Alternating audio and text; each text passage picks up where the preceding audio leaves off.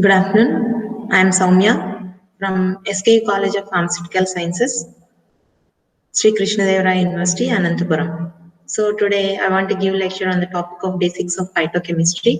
So phytochemistry. So the word itself mentions we need to study in detail about chemistry of the constituents that are obtained from the plants. So what is the importance of the chemical constituents obtained from the plants means? So generally we used to say that plant is used for the disease, this plant is used for that disease. So generally neem is used for best for skin diseases and tulsi is best for cough and cold disorders, everything. So why that plants are familiar to use in that diseases means due to the presence of the chemical constituents present in that particular plant. So Rauwolfia. So Rauwolfia, it is a particular root obtained from the plant Rauwolfia serpentina. So that root can be used as antihypertensive. That means it will causes reduction in blood pressure. So how that reduction in blood pressure action is happening means due to the particular chemical constituent called serpentine and yohimbine present in the roots is responsible for that activity. So, particular plant is gives the particular therapeutic action due to the presence of the specific chemical constituents. So, in this phytochemistry, what is the actual chemical constituent present in the plants and how to extract that particular chemical constituent, how to isolate, purify, and identify that.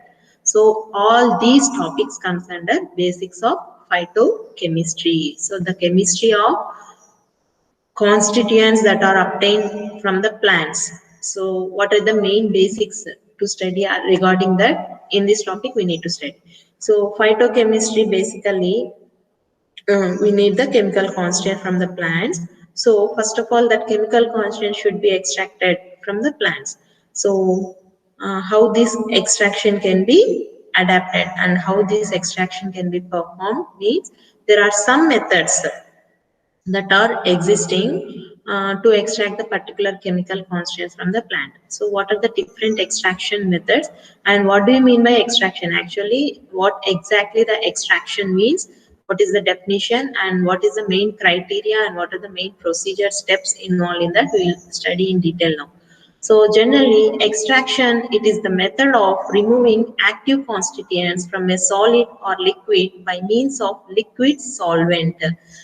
That means we are using a particular solvent, in that we are placing a solid powder or liquid form of the plant. So that is nothing but we are converting the particular leaves of the plant into solid powder, or otherwise that powder is dissolved in a particular solvent and we are dissolving them in a particular solvent. Due to that dissolving in a particular solvent, the active constituents may be diffused from the plant cells to the added solvent. Due to that migration or diffusion of the active constituent into that solvent, the active constituents present in the plants get removed and added in the solvent. This process is called as extraction.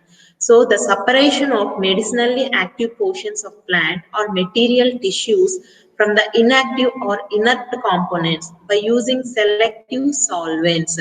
That process is called as extraction.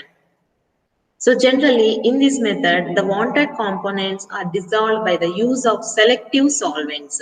So the wanted components are nothing but, as I told, the chemical constituents or active constituents present in the particular plants responsible for the particular activity. So such component is allowed to dissolve in a particular selective solvent.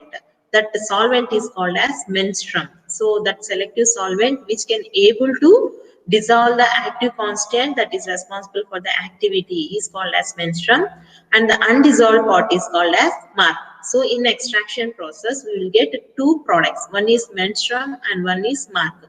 So menstruum is nothing but the solvent which can able to dissolve the active constituents that are present in the plant cells, and the undissolved part is called as mark.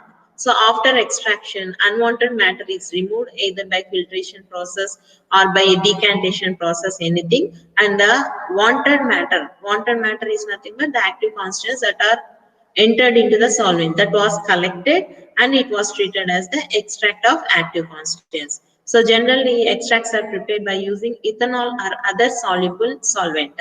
So based on the nature of the active constant, different solvents can be used. So generally ethanol can be used which has the capacity to dissolve all types of chemical constituents. So now how many types of extracts can be obtained after performing extract process means we will get the extract in the form of dry and in the soft form and as well as liquid form. For example, belladonna leaves. So if belladonna leaves was taken, it was washed, dried properly, and the powder extract was subjected to the extraction with using a particular solvent. Then the final product we are getting that extract is in the dry form. So that's why it was called as dry extract.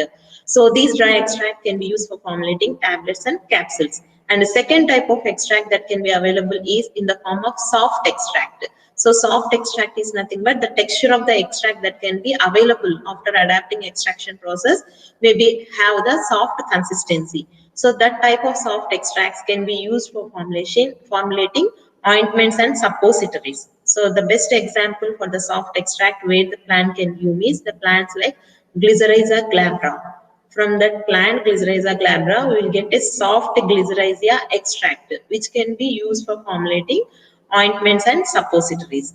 And third type of extract is called as liquid extract. So after adapting a particular solvent using an extraction process, we will get a final liquid extract, a final form of extract in the liquid state. So such type of extracts are called as liquid extracts. It can be used in the form of tinctures. So how this extraction process will remove the active constituents from the plant products means what is the main mechanism. So here the main mechanism involved in the extraction process means the dissolution of extractive substances out of disintegrated cells. So what actually this point involves means uh, the plant leaves or roots or fruits or anything we are taking, it can be converted into a soft powder, coarse powder or fine powder or a liquid form. So due to that conversion of that plant morphology into a solid form or liquid form, the plant cells get disintegrated. That means they get breaked. Due to that breakage of the cells, the active constituents present in the particular plant cells are ready to diffuse to the particular solvent. So first of all, due to disintegrated cells of plants, the particular extractive substances get dissolved. So these dissolution of extractive substances out of intact plant cell by diffusion and enter into the solvent. By diffusion process, they will enter into the solvent. So the penetration of solvent into the plant cells and swelling of the plant cells, diffusion of dissolved extractive substance out of the cell. So these are the different steps involved in the mechanism of extraction. Finally, diffusion of the active constituents into the solvent may be happened. Plant constituents are usually contained inside the cells.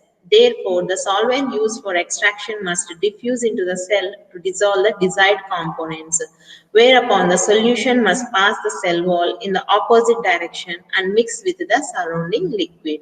So this is all the mechanism. So what happened means when the solvent used for extraction, it will diffuse into the cell and passes through the cell wall and it makes the mixing of the particular active constant with the solvent results in the mixing of the active constants into the solution.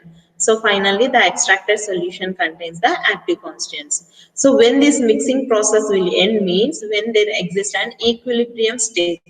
So when an equilibrium stage is occurred, the mixing of the particular plant constituents with the solvent will be stopped. Then the solvent containing the active constants can be collected and used for the further processes, identification, isolation and purification. So here in all this extraction process, we are telling that the solvent is used. So that's why this solvent plays a main role. That means the critical role of solvents will be recorded more. So that's why before selecting the solvent, we need to consider some of the ideal properties of the solvents. So what are the ideal properties of the solvent means? Before selecting the solvent that is selected should not react with the extracted compound or with other compounds in the plant material. So if that particular solvent is reactive in nature, what will happen? It will react with the active constant and it will change the texture of the chemical structure of the particular active constant, which may impact on the actual activity of the plant, isn't it or not? So the particular solvent that is used for extraction, it should not react with the particular chemical constant or active constant that is going to be extracted. That should be inert. The solvent should be inert to the extracted compound, and the solvent should have the low price. Then only we can easily use that solvent, and the solvent that can be selected should be harmless to man and to the environment, and it should be completely volatile in nature, and it should not mix up with the water, and should have the big capacity in relation to the extractive, and the density of solvent should be different from water density, and it should have minimum viscosity. So it should be completely volatile. Why? Because volatility is nothing but easily evaporable in nature. So if and if only the solvent is easily evaporable, we can collect the pure extract form. That is nothing but pure active constant can be collected. Then only it can be used for the further formulations, pharmaceutical formulations. So what are the different factors affecting the extraction process? We need to discuss. Why? Because the extraction process may increase or decrease. The potency or efficiency of the extraction process may increase or decrease based on the some factors also. So what are the factors means? Based on the nature of drug.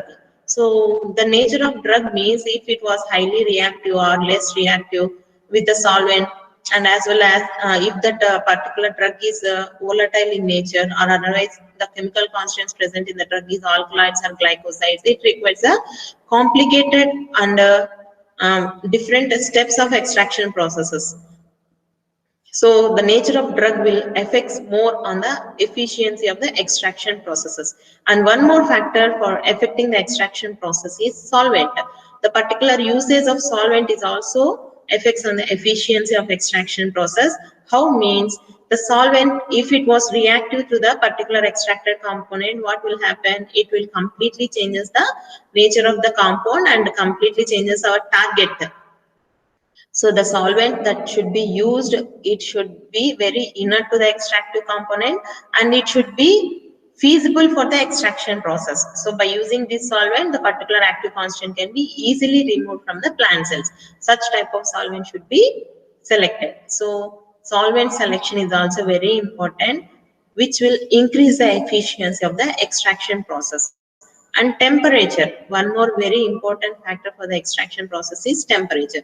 So based on the active constant nature, so there are some active constants may be thermolabile in nature, and some active constants may be thermostable in nature. So if the particular active constant is very sensitive to temperature, to that compounds, if we are subjecting to high temperature, then may causes decomposition of the product. So temperature also may plays main role on the efficiency of the extraction process. And one more factor is pH. So maintenance of pH is also very important. So the active constants can be easily extracted in acidic pH, and some other active constants can be easily extracted in basic pH. In such conditions, if we are aiding with the pH maintenance and pH conditions, the efficiency of extraction processes may be increased or decreased. And finally, the last factor is particle size. So based on the particle size, the efficiency of extraction process is also measured. How it means? So maximum for a high efficient extraction process, the particle size should be maintained minimum. Why? Because the minimum particle size will have high surface area. So if it was having high surface area, it has high contact with the solvent. If more contact with the solvent is seen, the plant cells may easily disintegrate and diffuse the active constant into the solvent. So for efficient extraction process, we need to maintain less particle size of the powder. So these are the different factors which affect the extraction processes. So now we'll discuss about what are the different methods that are existing for the extraction of the active constants from different plant parts. So I'm enlisting the methods of extraction. First method is infusion, decoction, digestion, maceration, percolation, continuous hot extraction, supercritical fluid extraction, countercurrent extraction, microwave assisted extraction, ultrasonication assisted extraction. So these are the different methods that are existing for extraction of active constituents from different plants of plants. So these methods, first four methods, infusion, decoction, digestion and maceration. So it involves only the soaking of the particular plant material with that of the solvent, and the time management and temperature management may be different. So in infusion, decoction, digestion and maceration, it involves only the soaking of the plant material in a particular selected solvent, and temperature may be increased in some methods, and time duration of soaking may be increased in some methods. Whereas coming to the other next methods, percolation, continuous hot extraction, in these two methods, an assemble of apparatus is required. In percolation, a percolator is required. It was nothing but a designed apparatus for a easy extraction of the plant materials. Whereas continuous extraction requires a Soxhlet assembly. So Soxhlet assembly, it contains a Soxhlet thimble associated with a RBF and as well as condenser. The condenser is attached with the input and output of cold water. And then supercritical fluid extraction. Supercritical fluid extraction, it requires a temperature and pressure management. Why? Because the supercritical point is required. For a particular solvent, a supercritical point is required where the liquid form can be liquid and vapor form can be in the supercritical stage. So for that, a temperature and pressure management is required for supercritical fluid extraction. Whereas other methods, countercurrent method, microwave assisted extraction and ultrasonication assisted extraction, it requires no heat. It requires only electromagnetic radiation. In microwave assisted, it requires microwave radiation. In ultrasonication assisted extraction, it requires ultrasound waves, where these waves will break the plant cells and collect the active constant in the particular solvent. Whereas in above methods, infusion, decoction, digestion and maceration methods, percolation, continuous hot extraction, it requires a temperature management either in dry heat or fresh heat form.